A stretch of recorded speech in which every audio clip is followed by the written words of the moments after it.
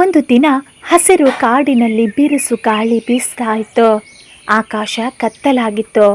ಸಿಡಿಲಿನ ಗರ್ಜನೆ ಮೊದಲು, ನಂತರ ಧಾರಾಕಾರ ಮಳೆ ಶುರುವಾಯಿತು. ಮೈನಾ ಹಕ್ಕಿ ತನ್ನ 2 ಮಕ್ಕಳೊಂದಿಗೆ ಎತ್ತರದ ಮರದ ಮೇಲಿರುವ ಗೂಡಿನಲ್ಲಿ ಇದ್ಲು. ಗಾಳಿಯ ತೀವ್ರತೆಗೆ ಗೂಡು ತೂಗಾಡ್ತಾ ಇತ್ತು. ಅದೇ ವೇಳೆ ಕಾಗೆ ತನ್ನ ಗೂಡನ್ನು ಕಳೆದುಕೊಂಡು ಮಳೆ ಮತ್ತು ಗಾಳಿಯಲ್ಲಿ ತಿರುಗಾಡ್ತಾ ಆಶ್ರಯವನ್ನ ಹುಡುಕ್ತಾ ಇತ್ತು. ಅವನ ಮೇಲೆ ತುಂಬಾ ಮಳೆ ಬೀಳ್ತಾ ಇತ್ತು.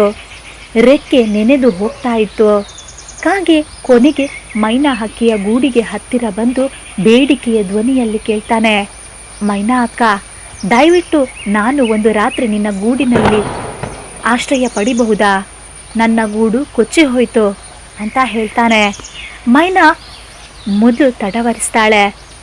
ಅದಕ್ಕೆ ಮಕ್ಕಳು ಕೇಳ್ತವೆ, ಅಮ್ಮ, ನಾವೇನು ಇನ್ನೂ ಕಷ್ಟದಲ್ಲಿ ಇಲ್ಲ, ಅವನು ಕುಳಿತುಕೊಳ್ಳಲಿ ಅಲ್ವಾ ಅಂತ ಕೇಳ್ತವೆ. ಅದಕ್ಕೆ ಮೈನಾ ಹಕ್ಕಿ ನಗ್ತಾ ಹೇಳ್ತಾಳೆ, ಹೌದು ಮಕ್ಕಳೇ, ಮಳೆಯ ದಿನದಲ್ಲಿ ನೆರವಿನ ಮಾತು ಒಳ್ಳೆಯದು, ಬಾ ಕಾಗೆ ಅಣ್ಣ ಅಂತ ಹೇಳ್ತಾಳೆ. ಕಾಗೆ ಆ ರಾತ್ರಿ ಗೂಡಿನಲ್ಲಿ ಆಶ್ರಯವನ್ನು ಪಡೆದುಕೊಳ್ತಾನೆ. ಹೊರಗೆ ಮಳೆಯ ಧ್ವನಿ, ಒಳಗೆ ಮಿತ್ರತೆ. ಬಿಸಿಲು ಮೃದುವಾಗಿ ಮರದ ಎಲೆಗಳ ಮೇಲೆ ಬೀಳ್ತಾ ಇತ್ತು. ಕಾಗೆ ಕೃತಜ್ಞತೆಯಿಂದ ಮೈನಾಳ ಬಳಿ ಬಂದು ಹೇಳ್ತಾನೆ, ನೀನು ನನಗೆ ಆಶ್ರಯ ಕೊಟ್ಟೆ, ನಿನ್ನ ಒಳ್ಳೆಯತನ ನಾನು ಮರೆಯಲ್ಲ.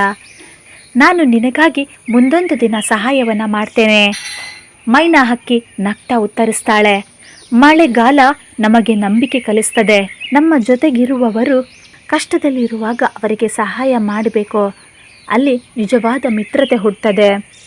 ಈ ಕಥೆಯ ನೀತಿ, ಸಹಾಯ ಬೇಡುವವನು ಬಲಹೀನನಲ್ಲ, ಸಹಾಯ ಕೊಡುವವನ ಹೃದಯವೇ ಶಕ್ತಿ.